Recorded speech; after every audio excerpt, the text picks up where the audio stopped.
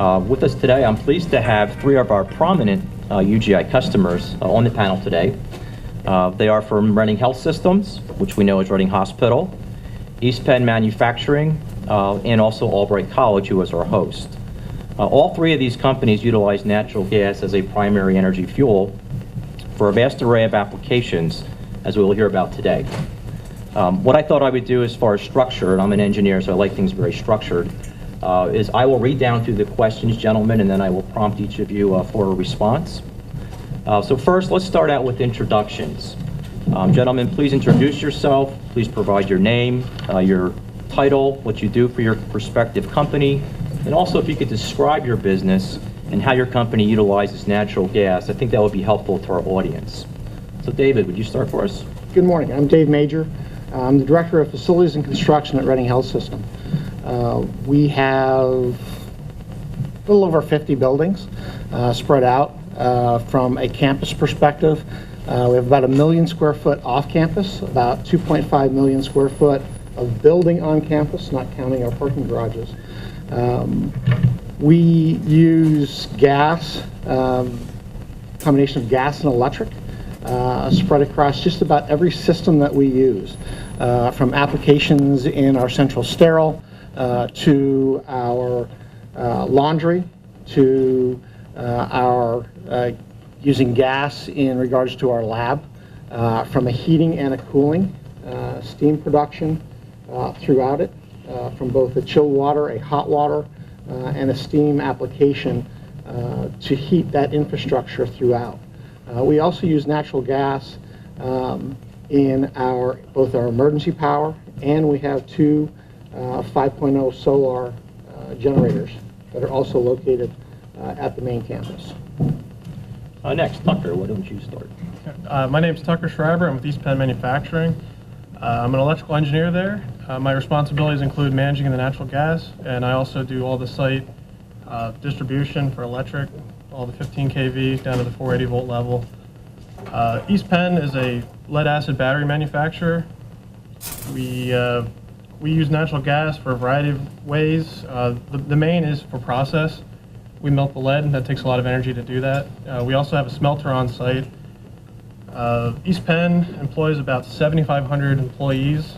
We use about 1.3 BCF natural gas a year. And that's about it. Okay. Ed. Morning. My name is Ed Kappenstein.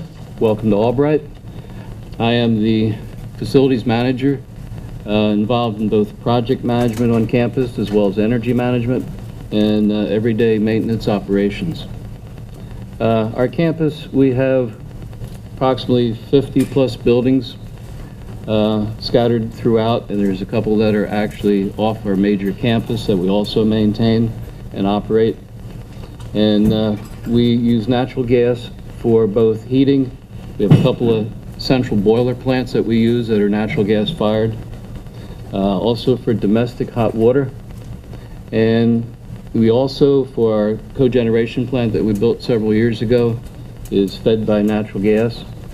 And that is a very complex system, and it has certainly helped us in our energy needs.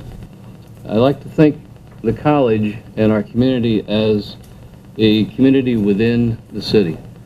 We have our own infrastructure. I know the earlier panel had talked about infrastructure. Our infrastructure also, we have our electrical distribution and gas distribution on campus that we have to maintain for all of our students and activities on campus that are 7 days a week, 24/7. So it's a major thing to keep your infrastructure up to date and upgraded. And that's it, Barry. Thank you, Ed. Okay. The next question for our panelists, what benefits had your company experienced using natural gas that prompted an expansion of your usage? Start with Tucker. Okay, I guess we switched to natural gas back in 1997, 1998. Before that, we used propane. In the winter, this was before my time at East Penn, but in the winter out here, we had tractor trailers upon tractor trailers of propane coming on site, and they dumped it as quick as they could, and we burned it. But we made the switch back then. Definitely saw a a lot of savings and energy costs. And as far as why I'm here today, we're adding a new facility. It's around 600,000 square feet. I'm guessing it's going to burn about 1,000 MCF a day when it's up and running. And our upgrades were twofold. We had the new plant, but we also had a lot of restrictions from our buddies at UGI last winter. We had to burn a lot of propane as a backup source, and the main reason for the upgrade is to get more firm gas, so we're covered in the coldest of winter conditions, and it's more of a reliability thing to keep our people working and keep making products. So, anything else on that? Or? No, I think you said it very well. In fact, UGI has worked hand in hand with East Penn to allow them to grow and to expand. So we're very, very proud of their operation and one of our largest employers here in Berks County. I will add that we did, when we first had our oh crap moment where it's a really cold winter, we need to do something about it. UGI did help us out. We put a Band-Aid on there. Came to the rescue. Yeah, it was doom and gloom, but we got through it, and we're still here today, so that's good. Thank you, Tucker. Next, Ed, why don't you go next? Sure. The benefits that we've seen, and in particular when we built the cogen plant, we actually eliminated 2 10,000-gallon underground fuel oil storage tanks. So we've eliminated a lot of number 2 fuel oil moving over to natural gas. And that did several things. It eliminated the environmental concern. It also gave us the real estate that we needed to build the plant. So the other addition or attraction was our carbon footprint. We've reduced our carbon footprint by about 43%. The other issue was the savings, fuel oil versus natural gas. We were burning in that particular site approximately 40,000 gallons per year. And at that particular time, that equated to about $140,000, $143,000 of annual cost that we eliminated. The other thing is, having the plant, we've been able to have demand response and enrollment into the PJM programs. One year we had, through our utility friends at MedEd, the Act 129 program that we had entered into. So we got some revenue from the plant through those programs. And one of the other issues was that the capacity. We've reduced our capacity, and that equates to about $98,000 a year when reducing our capacity load. So all of those numbers combined actually helped Albright College to maintain and reduce our energy cost. So we're continuing to look at that and improve as we move forward, as we have additional construction on campus, major projects. Everything gets rolled into an overlook and an overview of utilities. And finally, David.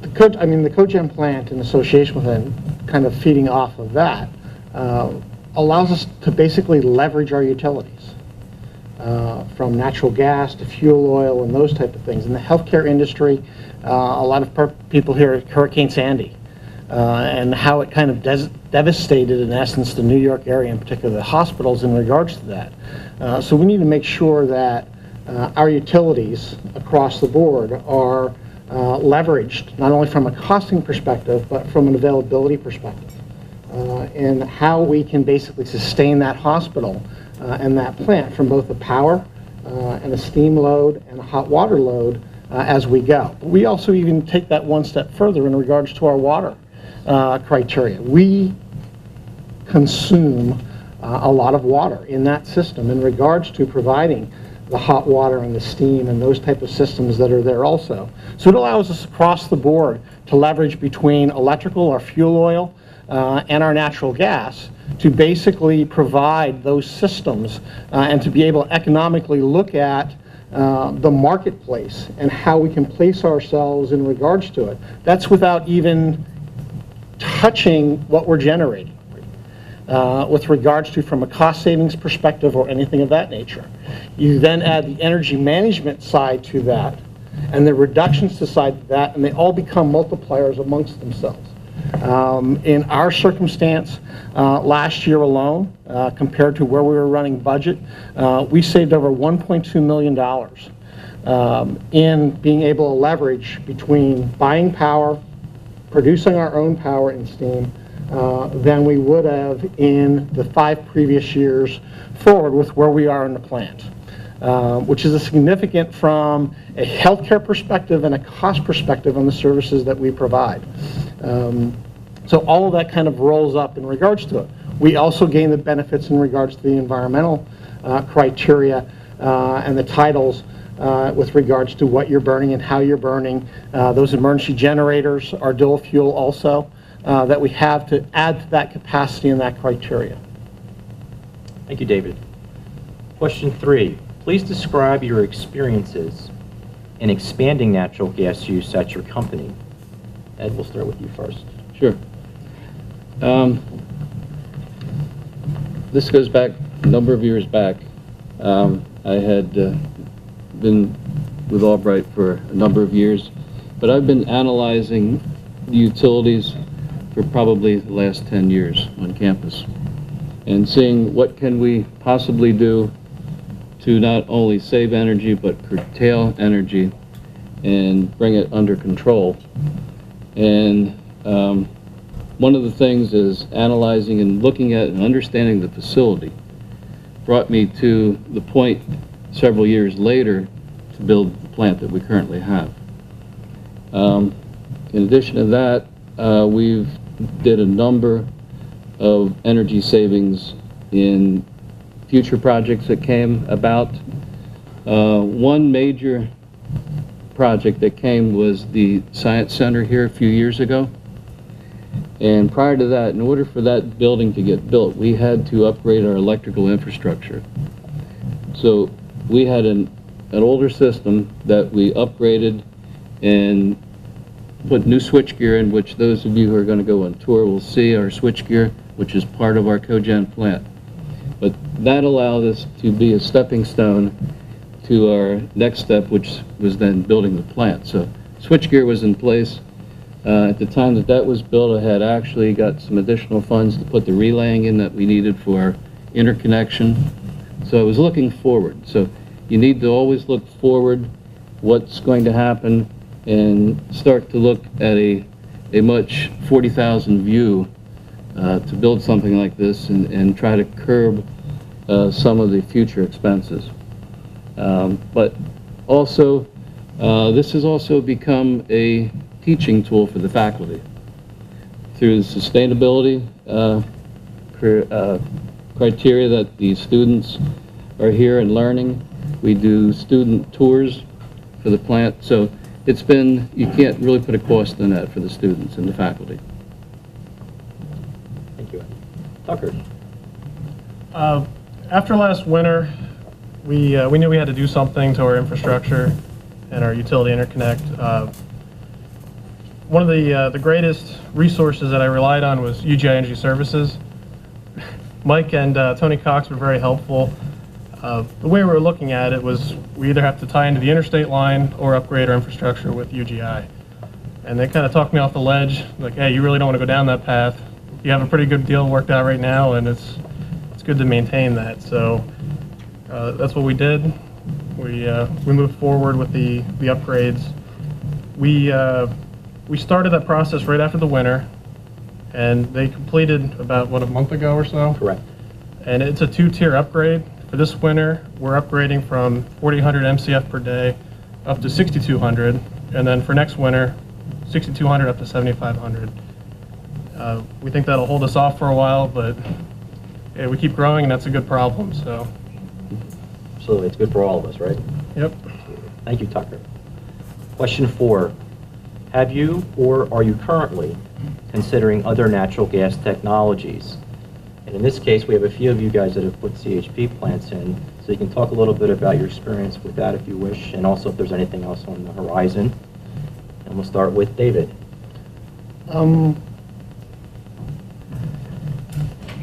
probably when we started the cogen plant. We were probably off to more of a rocky start than we were, and that's across not just UGI and our gas supplier, but also electric.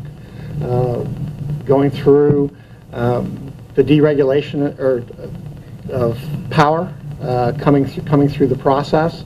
What was that going to do to the market? How that was going to affect us from both a cost perspective and a use perspective, and all of that. Then we ran into a combination of volume basis, pressure bases, and how you handle all of that. And I think bottom line, what kind of came out of that entire process was partnership. And getting everybody sitting down in the room so that everyone understood what we were trying to do was a key effect in association to the long run of where we're going. Using new gas technologies with regards to it from the dual fuel capabilities. Healthcare is a changing, evolving world, just on the medical field side alone. Same goes with the mechanical systems that are coming out. Bigger, better, smarter, capable of handling combinations of multi-fuels, the fuel cell technology that's coming out today with regards to who's doing what to who. And when you have a plant of our size, you got a lot of people knocking on your doors on a rather recurring basis with the next latest and greatest thing coming down the line. You have to leverage that, or we have to leverage that against what our existing plant is, and how that will affect potentially as we move forward in criteria with one another. We continue to look at the improvements and what's going on in the world, and how we can use or how we can forecast what's going to happen so that we can adjust accordingly. It's a big wave. We try to be kind of on the top of that wave and not having come crash down amongst our heads. But that's once again about partnership. It's about the communication. It's about talking of what is coming down the line and how is that going to affect it. And not just you, I mean, like you, we're in a box with regards to things.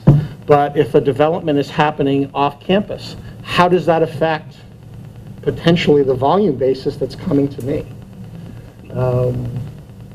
So be aware of what's kind of going on out there also, and how that potentially can affect yourself. Absolutely. Thank you for that perspective, David. Next, Tucker. I'd love to be able to put a combined heat and power plant in, but we have water limitations and also not much heat load. We have a lot, but it's spread out throughout the whole campus. So to put that in would be almost impossible. We are looking at CNG or LNG for our truck fleet, at least the local deliveries.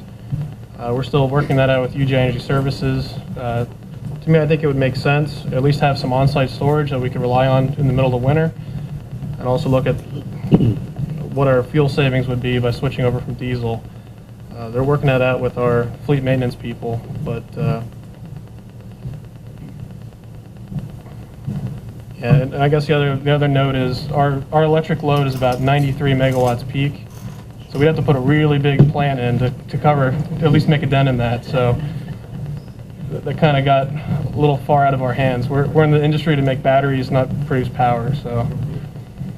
And one of the things too about combined heat and power, a lot of times the right application is where you have a central plant where you can distribute your steam and your electricity all from one location. So it works out well where you have that. In the case of both Reading Hospital and also Albright College, is they have those centralized facilities. So for them, that type of application works out very well. In Tucker's case, his plant is spread out all over that campus. And so they don't really have that one dominant location where they need that energy source. So in that case, it doesn't always work out to be the best for them. But thank you very much on that insight. Ed. Yes, as things go, the campus and college has become, over the years, very, very active. More of a 24/7 operation with activity all the time. And we're scratching the surface right now to add to our plant. We need additional generation. When we built the plant, we actually have our steam load is fine, and we do have reserve capacity for air conditioning and our absorption chiller. The plant was built to give us some reserve, so when we renovate the locker rooms and get back deeper into the athletic complex, the air conditioning chiller is already there, ready to go. So we have that capacity, but what we want to do is add additional electrical capacity, because that is connected to the entire campus. All the buildings on this city block are attached to that infrastructure, including the athletic complex, the stadium, and there's 4 residential halls. So adding additional generation, we're looking at reviewing in a microgrid system for 2 to maybe 2.5 megawatts of additional power to add to the plant. So we're looking at an expansion already. Now, that may not happen within the next year, 2 years, 3 years, but we're already researching now for where we can put ourselves in the future. Yep, so in Ed's case, their plant really is what we call combined cooling, heating, power, or CCHP. So a lot of times you hear all these acronyms, and so that extra C that's actually thrown in to his acronym is because he's taking that waste heat in the summertime, he's actually using that to drive an absorption chiller, which actually provides the cooling for part of the campus as well. So it's another kind of neat application or a way to use the waste heat. Gentlemen, in closing, and of course this is my last question, do you have any other thoughts to share with our other businesses looking to switch or expand their use of natural gas? And Tucker, I'll start with you. Okay, I guess my 2 cents would be start as early as you can. If you know what your expansion will be, start the wheels rolling. It's a lot easier to be way ahead of the game and take your time with it, think everything out, than try to catch up at the end. I guess the other thing to note is the process by itself can be very adversarial. If you're looking at contracts and all that kind of stuff, it can get ugly pretty quick. So it's good to have a good working relationship with your utility or whoever you're looking with. If you can step through everything, plan everything out, and keep open link of communications. Keep the lawyers out of it for the most part if you can. And I guess the other thing is, with us doing our upgrades in stages, it's easier and kind of more manageable to walk through it that way. So if you can break it up, that may be a good thing as well. Absolutely. Ed? Sure. Again, back to planning and scheduling long-term.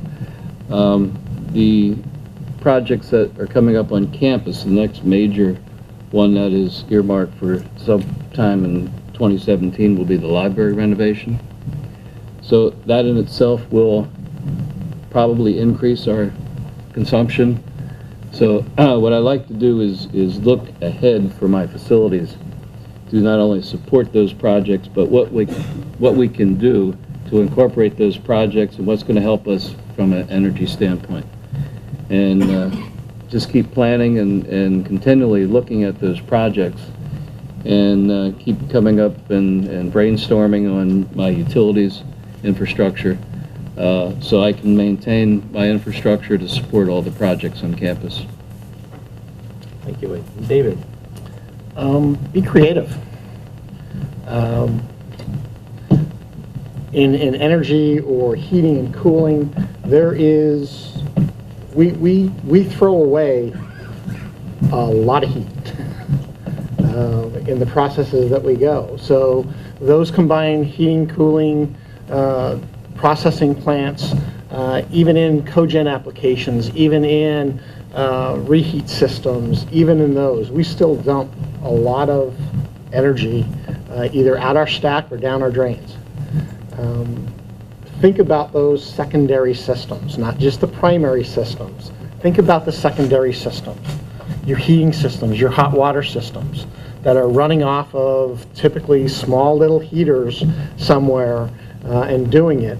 And they're fairly easy usually to centralize on a plant to gather some of that heating and cooling type of capacity that's out there. And for the most part, there's a little upcharge up front, but there's no charge on the rear side of it, because it's literally stuff that you're literally wasting.